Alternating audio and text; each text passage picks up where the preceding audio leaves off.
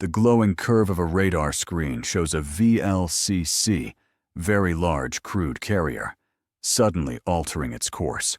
It was supposed to head east, toward the refineries of Shandong. Instead, it's making a sharp U-turn back toward the Gulf of Mexico. Transponder signal lost, a technician mutters. But it hasn't disappeared, it's been recoded. In Washington, a fountain pen scratches across a heavy vellum document. It's not an executive order for war.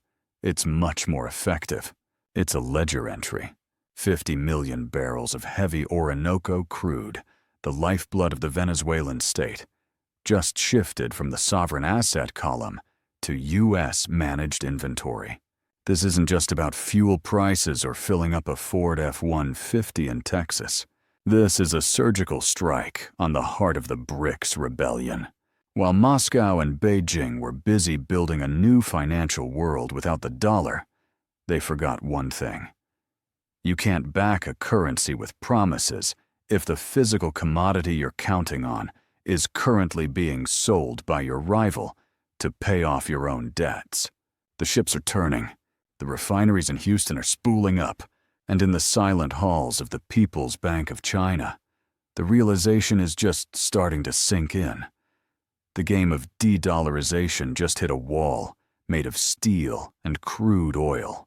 At the docks of Puerto La Cruz, the tropical heat is usually thick with the scent of salt and the heavy, sulfurous aroma of Orinoco crude. But today, something is different. There are no camouflage uniforms patrolling the loading bays. There are no revolutionary banners fluttering in the wind.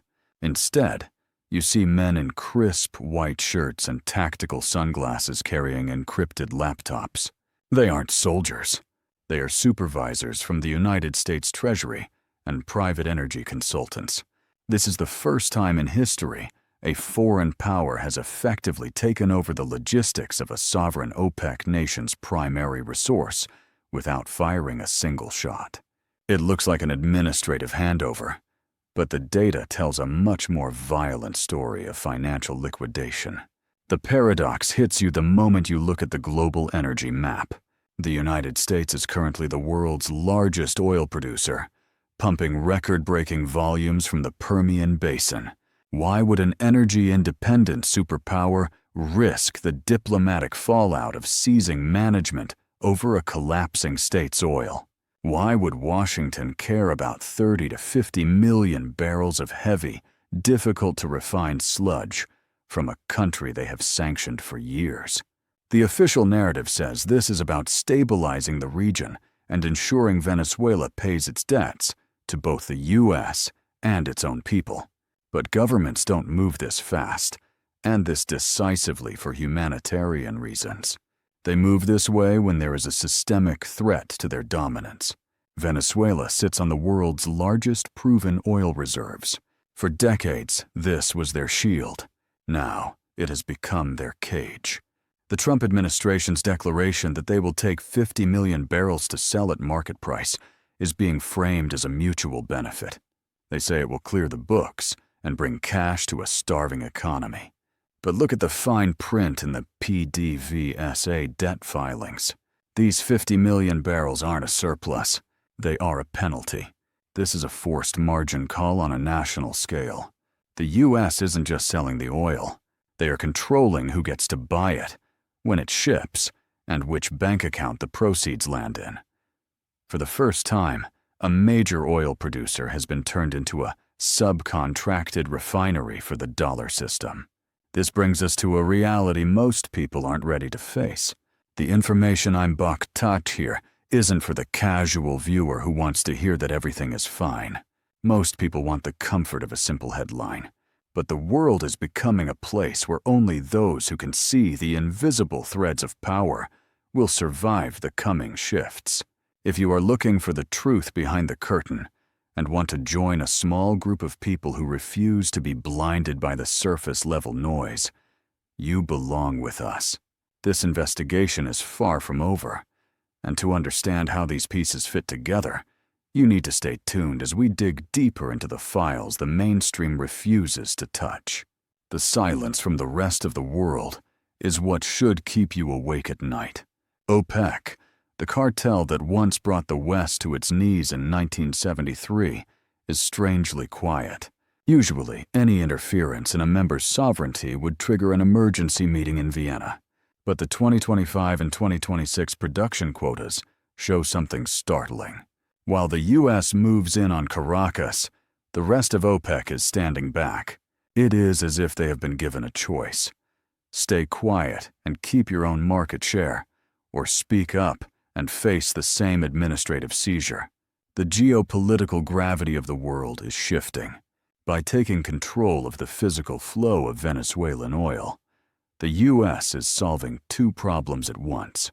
First, they are providing their own Gulf Coast refineries with the specific type of heavy crude they were built to process, which lowers domestic fuel costs just in time to manipulate inflation data. Second, they are cutting off the oxygen to the BRICS alliance. Russia and China have spent billions in loans to Venezuela, expecting to be paid back in oil. Now, the U.S. is standing at the gate, telling the world that the oil is no longer available for debt swaps with Beijing. This isn't a trade deal. It is a blockade disguised as a management contract. We are seeing the birth of Petrodollar 2.0, where the currency isn't just backed by the promise of trade, but by the direct, physical possession of the competitor's inventory. The implications for your bank account are massive. If the U.S. can successfully redirect this oil away from the East and back into the dollar-denominated loop, they can effectively postpone the collapse of the dollar's purchasing power. But at what cost? We are looking at a world where the lines between a central bank and a commodity broker have completely disappeared. As the first tankers begin to move north toward Texas instead of east toward Shandong, a new question emerges that no one in Washington wants to answer. If this simulation of control works in Venezuela, which country is next on the list for administrative management? To find that answer, we have to look at the secret route these barrels are about to take, and what happens when the first Chinese tanker is told its contract is no longer valid. To truly understand why the administrative takeover of Venezuelan oil is a seismic shift, we have to run a full-scale simulation of the global energy supply chain under the protocol SIM Remap 2026. This is not just a prediction. It is a mathematical model of what happens when the world's largest reserve of crude oil is suddenly ripped out of one orbit and forced into another. In this simulation, the first variable we adjust is the flow of the eastbound blockade. For the past 24 months, a silent river of tankers has moved from Puerto Jose toward the independent refineries in China. This was the debt for oil mechanism, a clever accounting trick that allowed Caracas to pay back billions in Chinese loans without a single dollar ever touching a Western bank. But as the simulation begins, Washington initiates a legal blockade. They do not use warships to stop these tankers. They use the invisible architecture of maritime insurance and the global banking switchboard. By taking over the management of PDVSA, the United States effectively voids these legacy contracts. The simulation shows a sudden, sharp drop in arrivals at the ports of Shandong. China, the world's largest importer, suddenly finds its strategic energy buffer depleted. They are forced to bid on the open market using US dollars, the very currency they have spent the last 5 years trying to escape. This is the first move in a grand strategy to re-establish the dollar as the only viable medium for energy settlement. As we move to the second stage of the simulation, we look at the Gulf Coast of the United States.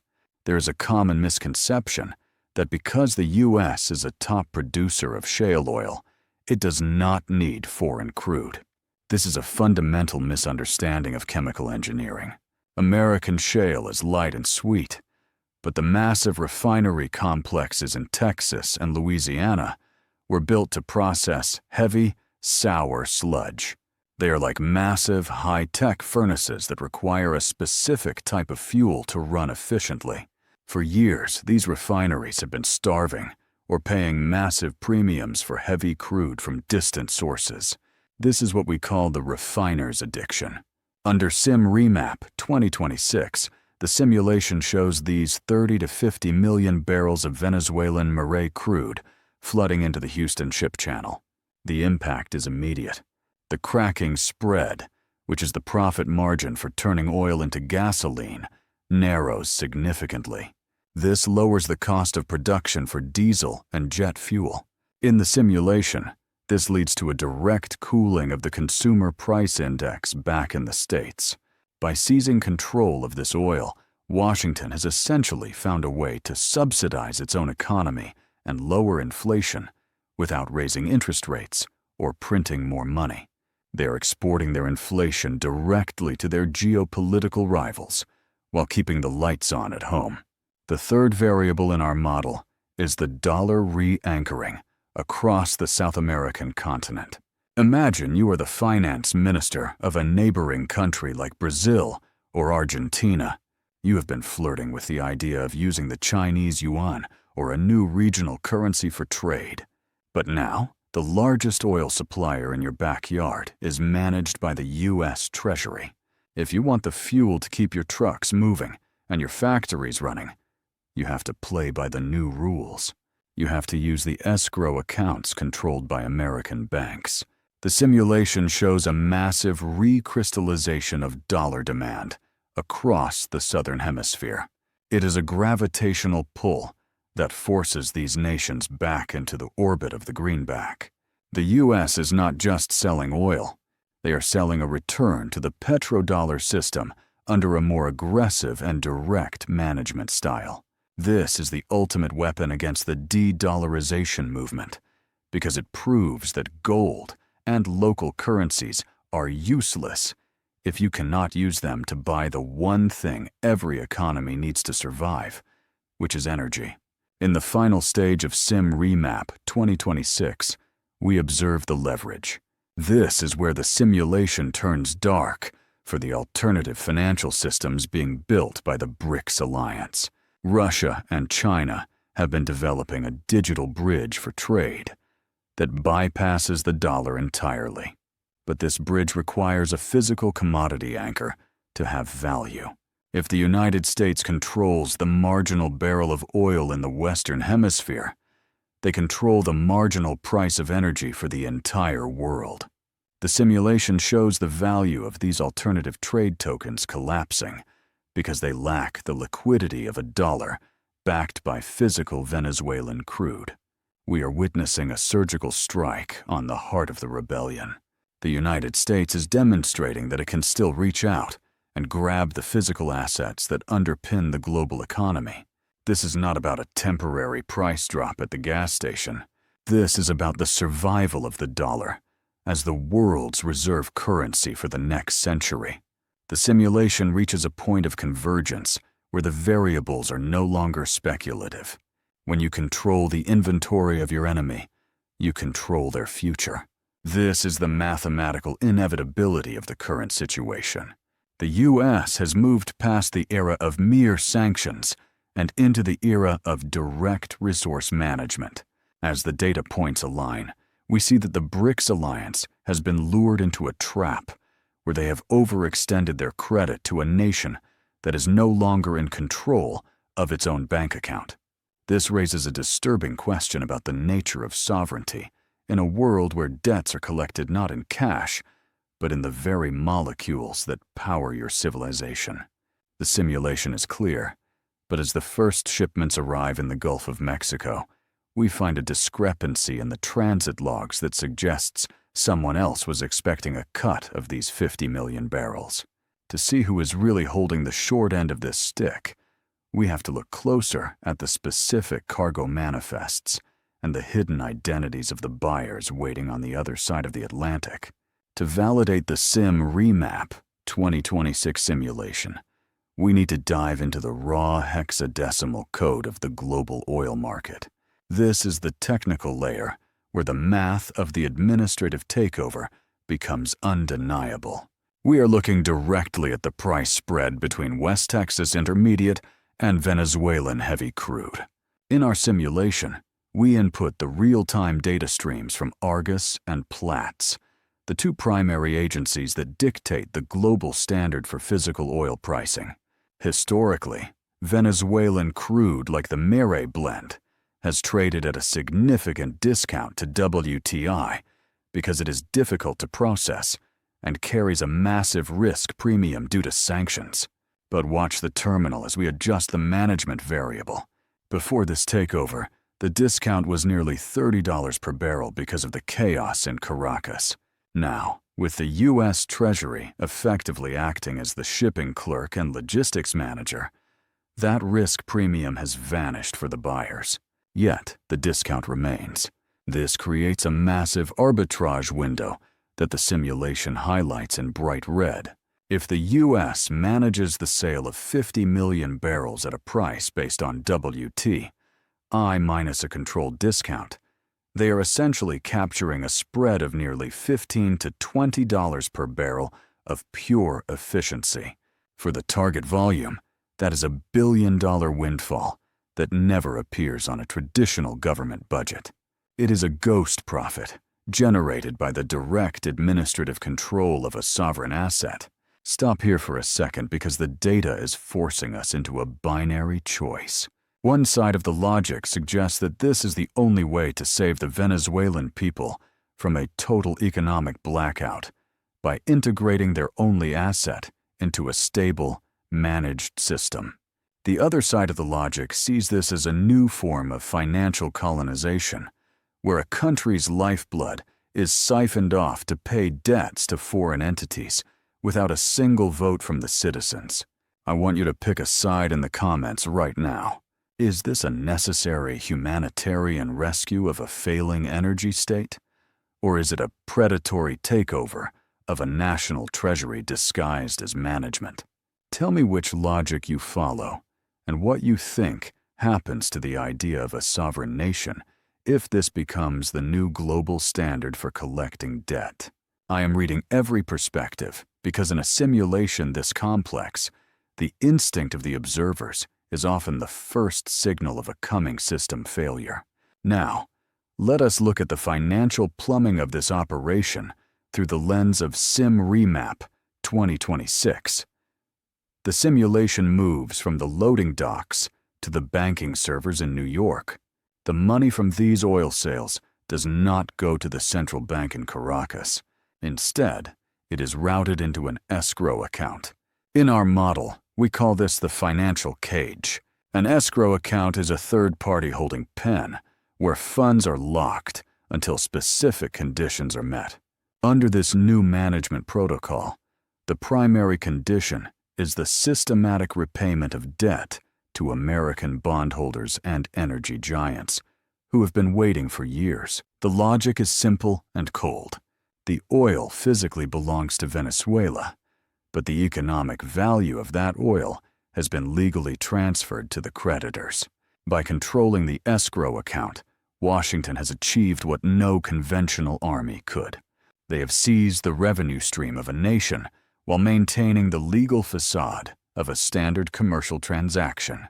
This is the ultimate technical kill switch for the BRICS alternative.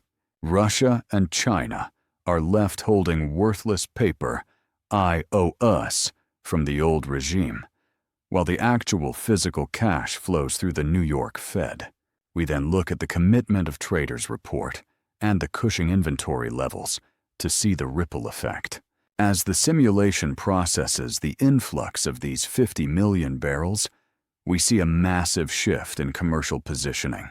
The large energy majors are moving from long to short on the news of guaranteed supply, but the underlying physical demand from the Gulf refineries is absorbing every drop as soon as it hits the coast. The math shows a total rebalancing of the Western Hemisphere's energy deficit. The simulation confirms that by managing this specific source of oil, the United States has created a permanent hedge against any future production cuts from the Middle East.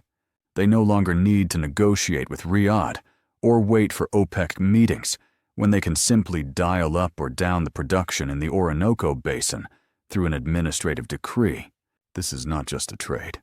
It is the implementation of a new operating system for global commodities, where the distinction between a state and a private corporation has been completely deleted. This is where the logic of the simulation becomes truly haunting. We are seeing the birth of a world where a country's resources can be managed like a bankrupt subsidiary of a larger parent company. In this case, the parent company is the dollar system. The technical deep dive proves that the US is not interested in the price of oil as much as they are interested in the control of the inventory. If you control the inventory, you control the inflation rate of your own currency. If you control the inflation rate, you control the world. But as we reach the edge of this technical dive, the simulation hits an unexpected wall. There is a missing piece in the global ledger. 50 million barrels is a massive amount of oil, but the data shows it is not enough to sustain this new Petrodollar 2.0 forever. The simulation shows a cluster of shadow activity in the South China Sea that does not align with tankers arriving in Houston. It seems that while Washington was busy seizing the oil, the opposition was busy remapping the entire global supply chain to make that oil obsolete. To see the true scale of the counterattack, we have to look past the refineries and into the secret diplomatic cables being exchanged between Moscow, Beijing, and Riyadh right now. The technical arbitrage we dissected in the previous phase is merely the fuel for a much larger engine of geopolitical coercion. When we expand our simulation to the global map, we see that the management of 50 million barrels of Venezuelan oil is not an isolated event. It is a calculated strike against the very architecture of the new Eastern financial order. For over a decade, Beijing has operated as the primary lender of last resort for Caracas, providing billions in credit in exchange for a guaranteed flow of heavy crude. This was the cornerstone of the Petro-Yuan. By pricing this oil in yuan and bypassing the Western banking system, China was creating a blueprint for a world where the US dollar was no longer the mandatory toll booth for global energy. But as the US Treasury officials take their seats in the offices of PDVSA, that blueprint is being shredded in real time. Our simulation shows that by seized management, the United States has effectively intercepted the collateral for China's massive loans. Beijing is now watching helplessly as the oil they thought they owned is being sold by their primary rival to pay back American bondholders first. This is a message to every nation currently flirting with the BRICS alliance. You can sign all the trade treaties you want in Shanghai or Moscow, but if the physical commodity you are trading is within the reach of American administrative power, your alternative currency is worth no more than the paper it is printed on. The silence coming from the Kremlin is equally deafening. Historically, Russia has used Venezuela as a strategic outpost in the Western Hemisphere, a way to project influence in Washington's own backyard. But in our current simulation of the global power balance, Moscow is caught in a structural stalemate. They are so deeply committed to their own regional conflicts that they lack the naval or financial capacity to challenge a tactical management takeover thousands of miles away. By moving in on Venezuela now, the United States is reclaiming the Monroe Doctrine with a financial twist. They are demonstrating that the Caribbean is once again a closed American lake. The simulation indicates that the Russian influence in South America is evaporating because they can no longer offer the one thing the Venezuelan elite needs, which is a path to liquidating their assets on the global market. Washington has effectively evicted the Russian energy giants from the Orinoco Basin without firing a single missile. This is a silent surrender of a strategic corridor, and it leaves the rest of the Russian-aligned states in the region feeling exposed and isolated. Now, let us look at the domino effect moving through Brasilia and Buenos Aires. For the past year, the leaders of Brazil and Argentina have been championing a departure from the SWIFT system, seeking to insulate their economies from U.S. sanctions. But our simulation proves that energy is the ultimate tether. Brazil's industrial sector and Argentina's transport networks are heavily dependent on the regional stability of the heavy crude market. With the United States now holding the nozzle of the Venezuelan oil hose, these nations are facing an impossible choice. If they move forward with their plan to ditch the dollar, they risk being cut off from the most efficient and cheapest source of energy in their own neighborhood. The U.S. managers in Caracas now have the power to offer preferential pricing or guaranteed supply to those who remain within the dollar loop, while creating logistical friction for those who don't.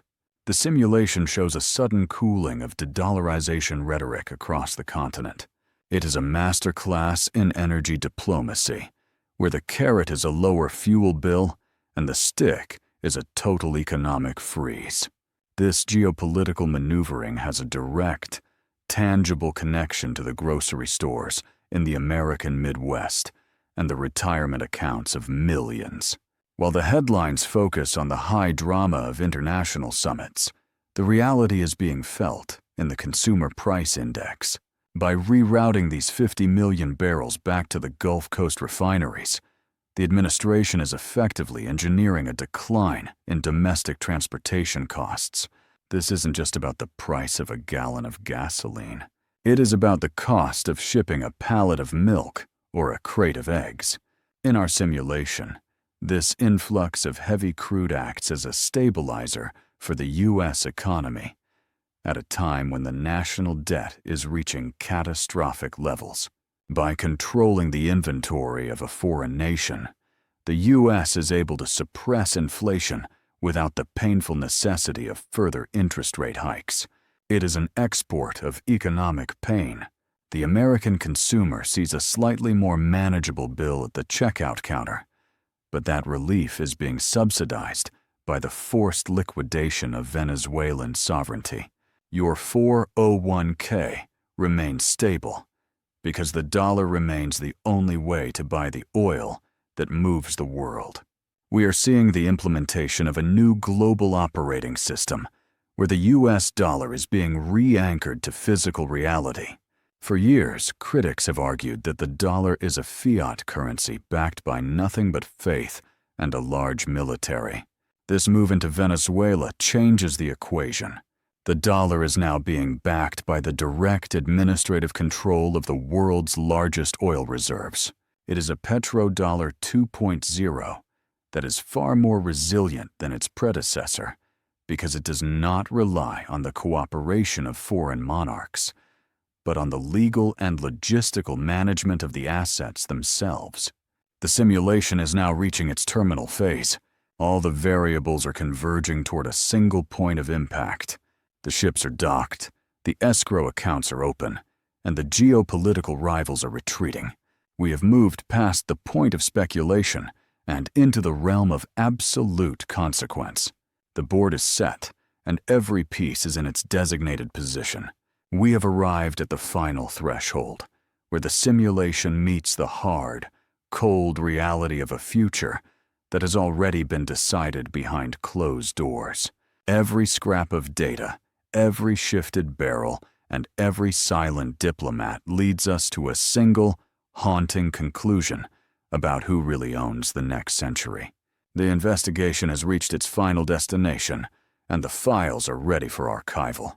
We have followed the tankers from the murky waters of the Orinoco Belt, tracked the artificial spreads between West Texas Intermediate and Mire Crude, and watched the simulated collapse of the Petro-UN in real time. What we are witnessing is not a random act of diplomacy or a standard trade agreement. It is the tactical execution of a grand strategy that redraws the lines of global power without a single declaration of war. We have documented a logistical siege that renders traditional military conquest obsolete in the modern age. In the 20th century, nations were occupied with soldiers and tanks. In this 21st century, nations are occupied by accountants, logistical supervisors, and escrow managers. The United States has demonstrated that it does not need to occupy Venezuela to control its destiny. It only needs to occupy its invoices and the transponders of the ships that carry its primary resource. This is the definitive terminal lock on the South American energy corridor. This is a move on the global chessboard that effectively neutralizes the de-dollarization efforts of the BRICS alliance within the Western Hemisphere. While Moscow and Beijing were building a financial fortress out of gold and local currency swaps, Washington simply walked through the back door and seized the physical collateral. When you control the management of the energy that your rivals need to fuel their industry, you no longer need to worry about what currency they prefer to use. Eventually, they must return to the table to negotiate for the actual physical barrels, and they must do so on the terms set by the manager. We are seeing the birth of Petrodollar 2.0, a defensive evolution of the global financial system. This new version is far more aggressive because it is no longer based on the fragile cooperation of foreign monarchs or the stability of democratic regimes. It is based on the cold and direct management of the inventory itself. The old system is evolving to protect itself by latching onto physical entities that cannot be duplicated or replaced by a digital token. The strategy is clear. By controlling the flow of Venezuelan oil, the U.S. has created a permanent hedge against inflation and a tactical weapon against its competitors. Do not be distracted by the green and red flickering lights on the stock market screens. Those are merely the shadows on the wall of the cave. The true reality is moving through the Houston Ship Channel and the deep water ports of the Caribbean. These tankers are the real markers of wealth and power. Every barrel that is diverted from the east back to the Gulf Coast refineries is a victory for the dollar and a setback for the alternative financial order. The simulation shows that this administrative sovereignty is a far more efficient tool than sanctions or kinetic warfare. It is quiet, it is legal, and it is absolute. The U.S. has successfully turned a sovereign nation's treasury into a managed subsidiary of the dollar system, and in doing so, they have secured the energy nozzle of the entire region. This brings us to the most uncomfortable realization of our investigation. The concept of national sovereignty is being replaced by the reality of administrative management. If a country cannot manage its debts, the system will now step in and manage its resources for it. This sets a dangerous precedent for every nation currently struggling with the weight of dollar-denominated debt. We are entering an era where the lines between a central bank and a commodity broker have vanished. The world does not run on promises or political speeches. It runs on molecules of energy that are controlled by hands cold enough to prioritize a ledger entry over a national border. The grand strategy we have uncovered suggests that this is only the first step. Venezuela is the testing ground for a new type of global governance, where the creditors are the ones who decide which ships sail and which ports remain empty. If you are still listening, you are now part of a very small and very lonely minority. The truth of how this world actually functions is a heavy and isolating companion.